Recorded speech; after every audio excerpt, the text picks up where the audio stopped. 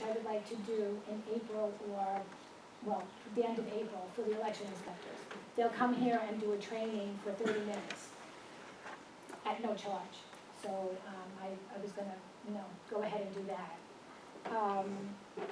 We also talked about the new scanning machines and the printing of the ballots, which are very expensive. They're 57 cents per ballot. And in the last 3 years or 4 years that I've been using the scanning machines, there was only one printer that we were allowed to order from. Now they have a second printer that has come. And with the competition, the price is dropping now. And there are districts that are paying 25 cents per ballot as opposed to 57 cents per ballot. So, and they're also using unbound and unnumbered ballots. And I spoke with Laura at Fraser and Feldman today and Jonathan, and they both said that that would be fine, that that's not an issue at all, as long as Suffolk County Board of Elections will accept us using that. So I thought that was, that's going to save the district a lot of money. That's like half the price. So I just wanted to let the board know about that. And we also talked about the NISBA District Clerk Workshop, which is coming up. They do regional workshops, and there's one coming up September 24th in Islandia. And I would like to attend, and I was going to ask the board for their approval if I could attend that workshop. It's $270. And I haven't gone to a NISBA workshop. I always attend the BOCES workshops, which is no charge. But they're discussing other things besides the election.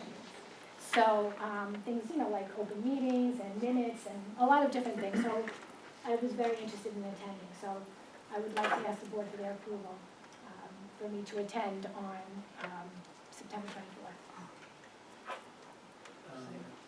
Well, first I'd like to say that the fact that you attended the first educational session and found out that we can cut our election cost potentially in less than half it is tremendous. So the ability for you to go out and become educated about the options that are out there seems like it pays dividends to the school district.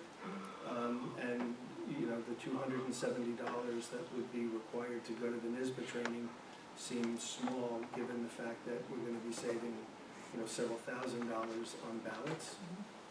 So my feeling as an individual is that seems to make sense. But I'd like to, poll the board and ask for a motion for Roseanne. Do we need a motion? Did you actually adjourn the meeting? You declared adjournment. But you didn't ask for a motion to adjourn. You could, what you can do is just reopen and take a motion to. You didn't take a motion to adjourn, you just said we'll adjourn the meeting, and then, so. And technically, you don't require a vote to adjourn. As the president, if you've concluded the business is complete, you can adjourn. Okay. However, apparently the business isn't complete. Correct. So I'm going to recommend that you reopen the public meeting, do it with a simple motion, and then you can entertain Roseanne's motion, and then you can adjourn. Okay, so I make a motion that we open the meeting. Second. Second. Any comments or questions? All those in favor? Okay, good. So now I make a motion that we fund Roseanne's ability to attend the NISBA conference on September 24th for $270. Second. Any comments or questions from anyone? All those in favor? Great. Are there any other new business items? Only because Roseanne referenced the Board of Elections. I just wanted to make the board aware in the community that Ms. Marone Caliendo and I have been working with the Board of Elections in terms of modifying where our polling places are. For years, we have just said, we have students in our buildings, you're using our facilities, is there any way to modify that? With the closure of the 2 elementary buildings last year, we went to the Board of Elections and we suggested that they use Forest Park and Chestnut Hill versus Candlewood and Promenade, and use this facility in lieu of High School East. we had, was a long morning, and change in the school district is difficult to make. Change with the Board of Elections, multiply it by a very large number.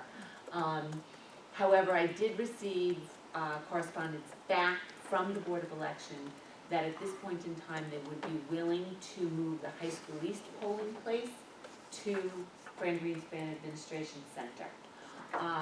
I have a call into the Board of Elections because I don't quite understand why they would make that change and not the two other changes.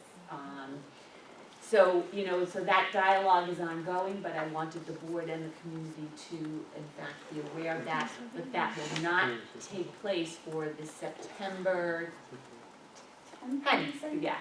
September 10th, we will be using our facilities, and the polling places that have been in place will remain for that date. Great. Any other new business?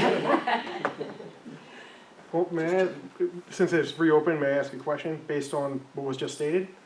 What's the parking spot difference between Half Hour Hills East and this building? Because parking is tight during elections. And if anybody who's voted knows that, it's hard to get a spot sometimes. What's gonna happen here? Yeah. I really don't know. What is the number of spot difference between the two? Right, well, we'll be working on the parking here, but that, to your point, that was exactly what we spoke to the Board of Elections about. The parking at Chestnut Hill, the parking at Forest Park would be far better than with buildings where we have staff and students. For here, we can relocate some of our parking for that day to open parking up for the residents that come to vote. So it's our hope to make it better. Okay. Have your name for the minutes, please? Oh, sure. Andrew? My last name is Vanilla, V as in Victor, I, N as in Nancy, E-L-L-A. Okay, I would like to ask for a motion to adjourn. Motion. Do we have a second?